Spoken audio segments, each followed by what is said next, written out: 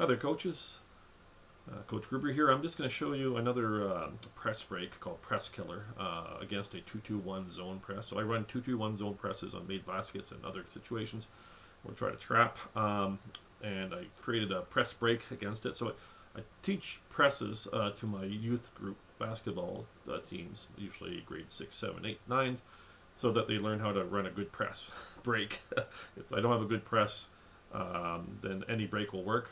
So if I run a good press, then I have to run a good press break, and I'll work against teams that are running really good presses. So this press killer I stole from Martin Schiller, European coach. You can check it out. I'll put a link in the description. You can see the setup there and how they run it. They run it really quick. The reason I like to use it is because it works good against most presses, 2-2-1 in particular, but others as well, man-to-man. It's just simple, quick to set up. Doesn't take a lot of practice time.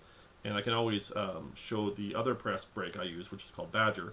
I can always show that, and it's just another step up. The same philosophy applies. Just Badger takes a little bit more. The kids have to be able to get into that spacing really quick in order for it to work. Whereas this one here is a lot faster to set up, and you'll see why in a second. So here I'm going to show a situation where, let's say the red team is on offense. They got the ball. The blue team's in sort of a pack defense. We're just going to show it running here, a lob, which doesn't happen very often to youth basketball, to the 5, he scores. What happens next? Okay, so let's continue. So okay, while we're collecting the ball, I usually have a 3, sometimes a 4 collect the ball. I get my 1 and 2 to start running towards the free throw line, my 5 towards the sides here, while the 2-2-1's being set up. 2-2-1's usually 2 guards, a guard and a wing, or a center and a wing. At the 2 line, and then a 3 or 4, usually deep. Sometimes a 5 goes deep. Just depends on your personnel. So boom. So you can see that while they're getting set up here, I'll run it some more. Boom. Okay. So the killer press break is basically your bigs, your forwards up at the mid-court line, on the sideline, wide. Your 3, if you have a really good 3, they can huck it all the way up there. That's fine too. That's like a quick outlet. If they don't have the range, don't worry about that. We're going to deal with that in a second. Same thing with this. But you'll notice I train my inbounders to always get out from behind that backboard so they can have that. They can step back and have that really heave distance without hitting the backboard. You'll know what I'm talking about if you've run youth or even young adult ones. They run behind the backboard and then they try to heave it and hit the backboard. So meanwhile, my 1s and 2s are stacking. And these guys are getting ready to let the ball in. Typically 2-2-1 presses will let the ball in behind the free throw line. Sometimes they're more pressure sensitive, but you'll see as we continue. Okay, so pause it here. So you'll see 2 is setting a screen for the other 2, while 1 flashes down here low, which this player on defense will allow. They're going to let that happen. They want to get this guy to get the ball, dribble, and then that way the 1 and 4 can look at the press. So continue here. Okay, so once the ball is caught, the 2-2-1 press is going to start to get into position to prevent this 1 from dribbling to the middle. The 3 is going to immediately run up the middle, and the 2 is still holding that screen, forcing this 2 on defense to go one way or the other. Okay, this 4 has to react to this 4 because now there's a quick outlet to the side deep. So this one has to drop and cover that. If they don't, it's pretty straightforward. All right, so let's watch it go. Boom. Okay, so this is where things get interesting. Your 3 will be open one way or another if that 2 is properly screened. Okay, if he manages to slip and come around it, then this 2 will be open, and you'll see what will happen next. Okay, if he decides to stay with this 2, your options are pretty straightforward again. The 1 does not dribble. This looks ahead. Is it open? Is it open? Patience. Boom, boom, boom. Nope. If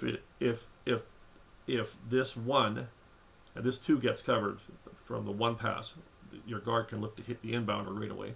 Who's just staying with the line of the ball, right? Doesn't advance past it. Boom. Right. 1 and 2 on a 2-2-1 press is trained to deny middle. Everybody's been shifted over because the ball went to this side. Your 3 and 4 and 5 covered middle, 4 ready for intercept or trap, and 3 is watching that sideline pass for deep. Boom. So once the 3 has the ball, the 2-2-1's in recovery. This is a simple rotation, But again, because of that little screen, your two usually grab this 2, and the 1 had to decide between getting to the ball or allowing middle or denying middle. Okay, boom. All right, and then the 5 in this case, 3 in this case, if that 5 is wide open, you gotta hit them, right? The other options hit the 2, and then while everybody's advancing, right? The trap's trying to recover, right? Everybody's going to be in recovery, and then it's a matter of just getting the ball up, getting the ball up, getting the ball. You can, once you get past there, past that trap, you're 1-on-1. You can forward it ahead and lob it deep. So that's the essential. I'll just go back over it quickly. I'll go back to the slide here where everything's set up, and I'll clear the animations.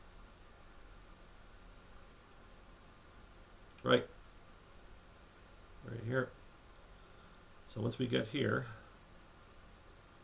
right, inbound the ball, 3 inbounds, 5 and 4 go to the sideline, 1 and 2 stack, 1 stack. Usually my rule here, by the way, is the person in front screens for the person behind it. So if this guy screens this way, this guy goes the opposite. And it could be the opposite too. They can mix it up. This 1 could have screened for, it could be the opposite. 1 could have screened against their defender, and 2 would have gone this way. So it could go either way. Okay, 3 does not pass. 3 does not pass the line of the ball. 2 runs ahead. The other guard that did not get the pass, the one that set the screen, you have inside position. You run ahead. You are the primary look, not there. Secondary look back to the 3, and then the 3 looks here, here, and again, as the 1's going to drop back, right? This 1 should be running up the court, right? And so on and so forth. So that's killer. So the idea is get it to sideline, split, get the ball to either sideline, pull the trap, relay it head here, here, here, wherever you can, right? And you'll see on the other video or the press killer break by the coach there, there are options to lob the ball away here, and then you try to hit the 3 or the 2 as they run down the middle. So really just pull it. On presses, you're really trying to push them, pull the defenders back to open up relay passes in the back and move it forward. So hopefully that helps, Coach. If you have questions, send me a message. Take care.